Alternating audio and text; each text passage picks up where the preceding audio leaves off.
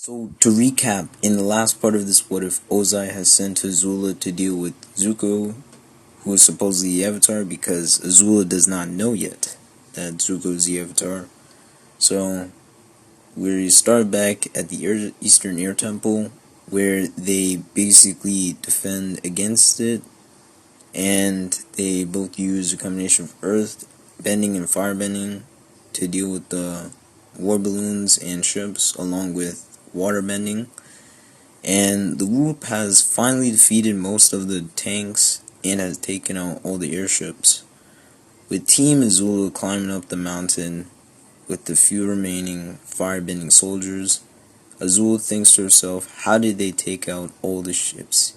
Even if even if Zuko is the Avatar, I will take him down anyways. Time passes and the groups finally meet. Well, Zuko, says Azula, running from the Fire Nation with Iroh and a few friends. I see, well, let's fight.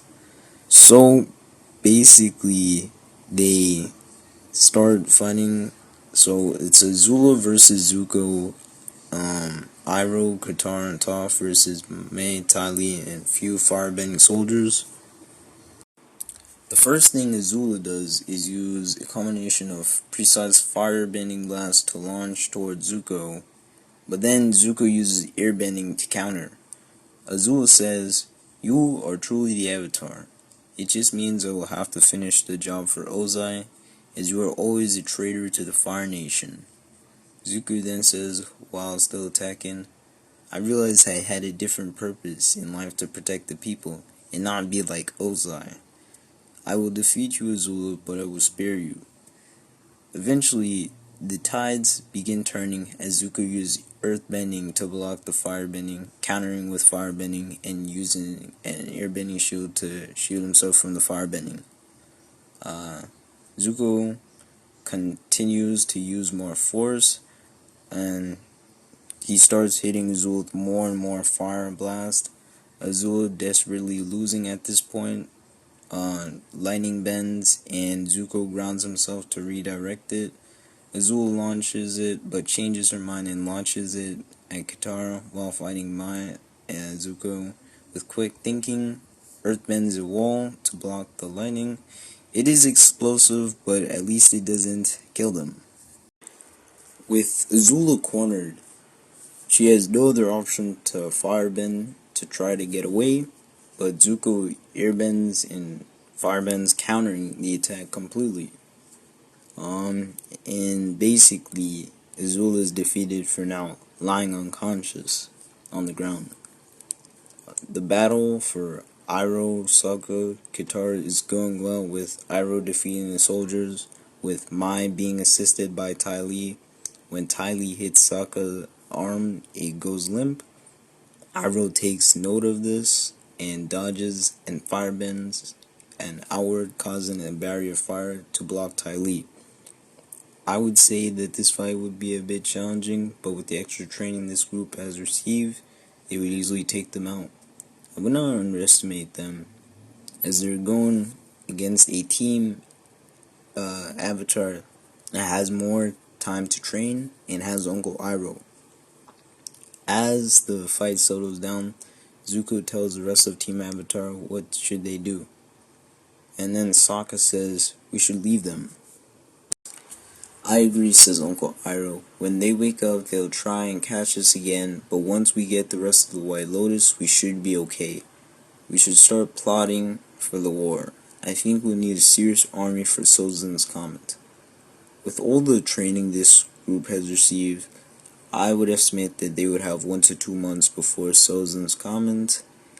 And let's get back to the story, and where the Guru was meditating, feeling the battle, they tell them goodbye as the Guru wishes them good luck on their next journey for recruiting warriors for Sozin's Comet.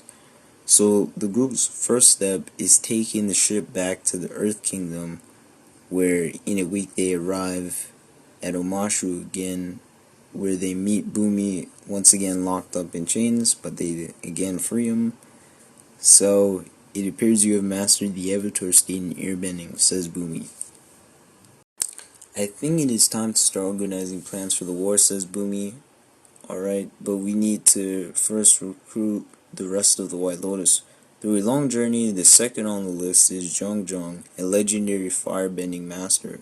It takes some time to get there. As the group travels and travels, the next White Lotus member is Piandao, where Sokka finds expertise in swordsmanship. Sokka is finally excited to have an ability to fight using swords. Even Zuko is happy to know that Sokka has finally found the right weapon to use. However, as his group begins to depart with Piandao, the sun darkens, and then Iroh says, "It's a solar eclipse," and everybody is shocked as they could have used this opportunity to sneak into the Fire Nation capital to get information about Ozai's plans, as you cannot firebend on a solar eclipse, says Iroh. However, since in this what if the group did not go to the Ear Temple where the inventor was at, they did not properly organize a plan against the Fire Nation capital, so it does not take place. The group is shocked for minutes of how this opportunity could have been used more wisely. Iroh tells the group to not worry. We shall keep organizing more people to fight for the war. As time passes, the solar eclipse ends and firebending returns to every firebender. Team Avatar settles down and everyone decides to start planning for the big day of Sozin's Comet. The next day passes and Piandao goes with Sokka to train more and obtain his meteorite sword. With almost all the White Lotus members together, they start to split off. Boomy, Piandao, and Zhong want to free Ba Sing Se, but Iroh wants to stay with Team Avatar to get them for the war. As Team Avatar says goodbye to the 3 members of the White Lotus, they hope they will arrive with backup reinforcements in the Earth Kingdom. However, in a place far away, Team Azula is searching for the Avatar once again. Azula thinks to herself how Zuko is so powerful and how she is weaker than him, which makes Azula driven to get better than Zuko and to take him out. So basically, that's it for this part of the what if. In the next episode, we will discuss how Team Avatar and the White Lotus recruit some more members before finally the dawn or day before Sozin's Comet arrives.